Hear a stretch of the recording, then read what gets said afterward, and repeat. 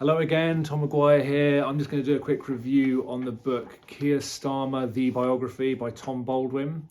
Now, this isn't the most exciting book I've read recently. At the minute, I'm reading The Master and Margarita by Mikhail Bulgakov.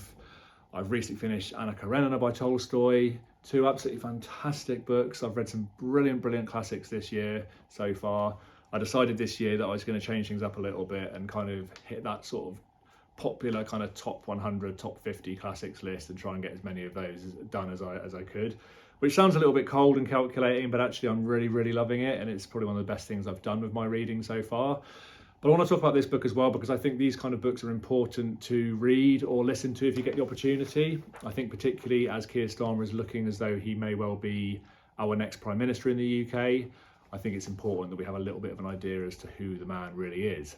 And I think this book gives you quite a good idea. I think probably so far it's probably the best memoir or biography on him. I read a review recently saying that this is kind of the most serious and probably accurate biography on Keir Starmer so far. Tom Baldwin has been associated with the Labour Party in the past, but he is also considered to be a very honest and good journalist as well.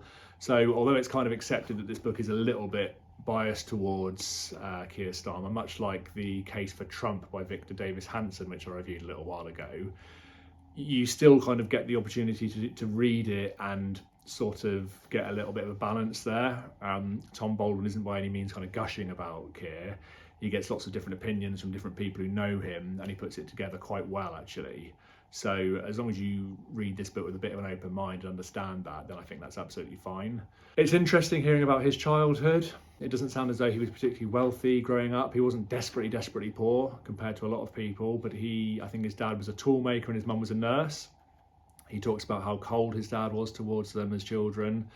I think he pretty much spent all of his time looking after their mother, who was ill a lot. So she suffered a lot during his childhood.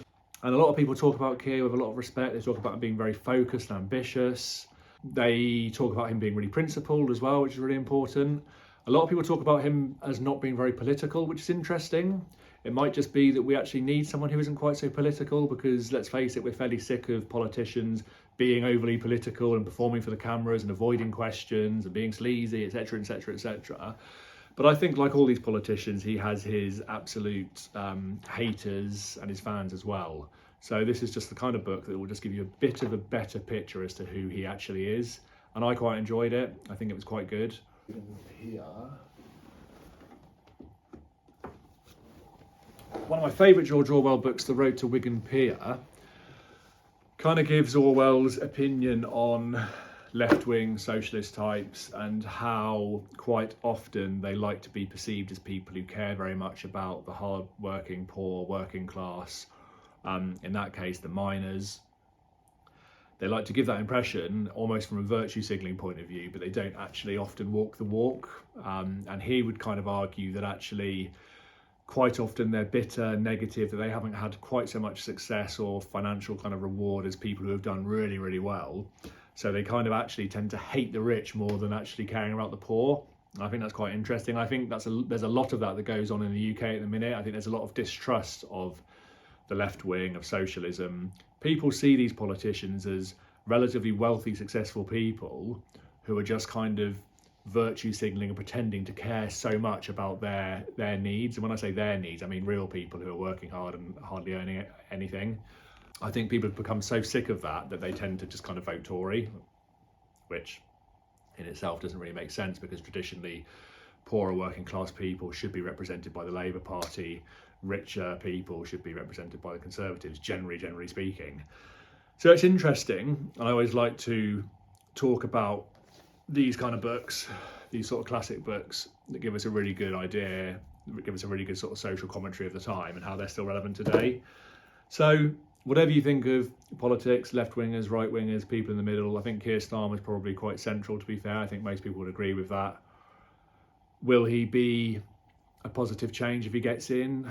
Although I don't like to talk too much about politics on this channel, I think we've had the same government now for, 12 or 14 or 15 years.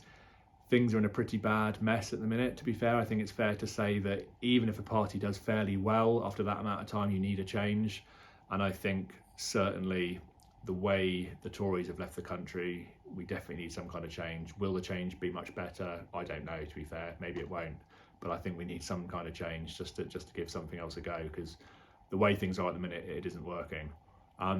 But I won't talk too much about politics. This is a good book. I recommend it if you get a chance. I think you can listen to it on Audible as well. Please keep liking and subscribing. It always helps. Appreciate it. I will be back again very soon. Cheers.